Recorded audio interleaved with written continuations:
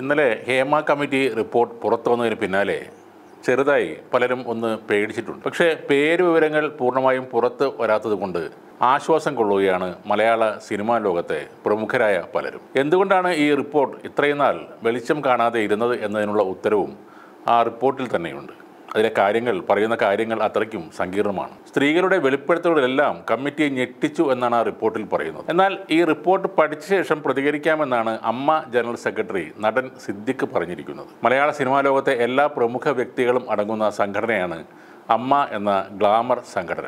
Report വിശദമായി പഠിച്ച് മറുപടി പറയുമെന്നും സിദ്ദിഖ് പറയുന്നുണ്ട്. എന്നാൽ അമ്മ സംഘടിപ്പിക്കുന്ന ഷോയുടെ റിഹേഴ്സൽ നടത്തുന്ന തിരക്കിലാണ് തങ്ങളെന്നും അതിനാണ് ഇപ്പോൾ പ്രാധാന്യം കൊടുക്കുന്നത് എന്നും സിദ്ദിഖ് പറയുന്നുണ്ട്. മറ്റ് സംഘടനകളുമായി ചേർന്ന് ആലോചിച്ച ശേഷം അമ്മ പ്രതികരിക്കും. വളരെ സെൻസിറ്റീവായി കൈകാര്യം ചെയ്യേണ്ട വിഷയമാണ്. വിശദമായി പഠിച്ച ശേഷം മാധ്യമങ്ങളോട് പ്രതികരിക്കും. എന്ത് രീതിയിലാണ് വിവേചനം, ആരാണ് പരാതിപ്പെട്ടതെന്നും ആർക്കെതിരെയാണ് പരാതിപ്പെട്ടതെന്നും ഉൾപ്പെടെയുള്ള കാര്യങ്ങൾ പഠിക്കേണ്ടതുണ്ട്. എന്തെങ്കിലും അറിഞ്ഞ് പ്രതികരിക്കാൻ സാധിക്കില്ലെന്നും സിദ്ദിഖ് പറയുന്നു. മലയാള സിനിമയുടെ നിലനിൽപ്പിനെ തന്നെ ബാധിക്കുന്ന ഒരു റിപ്പോർട്ടാണ് പുറത്തു വന്നിരിക്കുന്നത്. അതിലെ പേരുവിവരങ്ങൾ പുറത്തായാൽ പ്രമുഖർ പലരും കുടുങ്ങുകയും ചെയ്യും.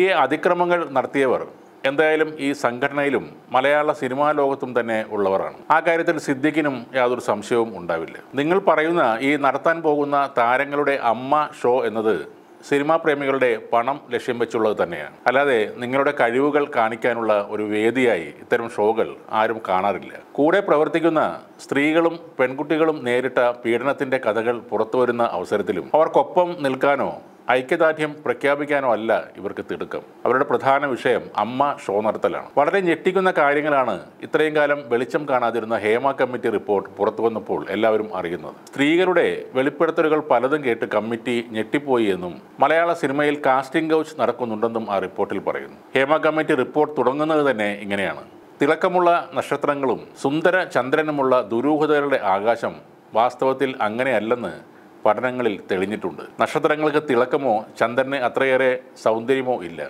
അതുകൊണ്ട് തന്നെ കാണുന്നതെല്ലാം വിശ്വസിക്കരുത്. ഉപ്പ് പോലും കാഴ്ചയ്ക്ക് പഞ്ചസാര പോലെ തോന്നിയേക്കാം. ഈ ഒരു ആമുഖത്തിൽ നിന്ന് മാത്രം എല്ലാം മനസ്സിലാക്കാവുന്നതാണ്. ചിരിച്ചുകൊണ്ട് എപ്പോഴും ജനങ്ങളുടെ മുന്നിൽ നിൽക്കുന്ന സിനിമാ ലോകത്തെ പ്രമുഖർ കള്ളനാണയങ്ങൾ തന്നെയാണ്. സിനിമാ മേഖലയിൽ കൂടെയുള്ള ഒരു സഹോദരിക്ക് ഒരു ദുരന്തം ഉണ്ടായപ്പോഴും അതിലെ മറുഭാഗത്തുള്ളവരെ കാണാൻ ജയിലിൻ്റെ പടിക്കൽ പോയ ആളുകൾക്ക് ഇതൊന്നും ഒരു വിഷയമല്ല.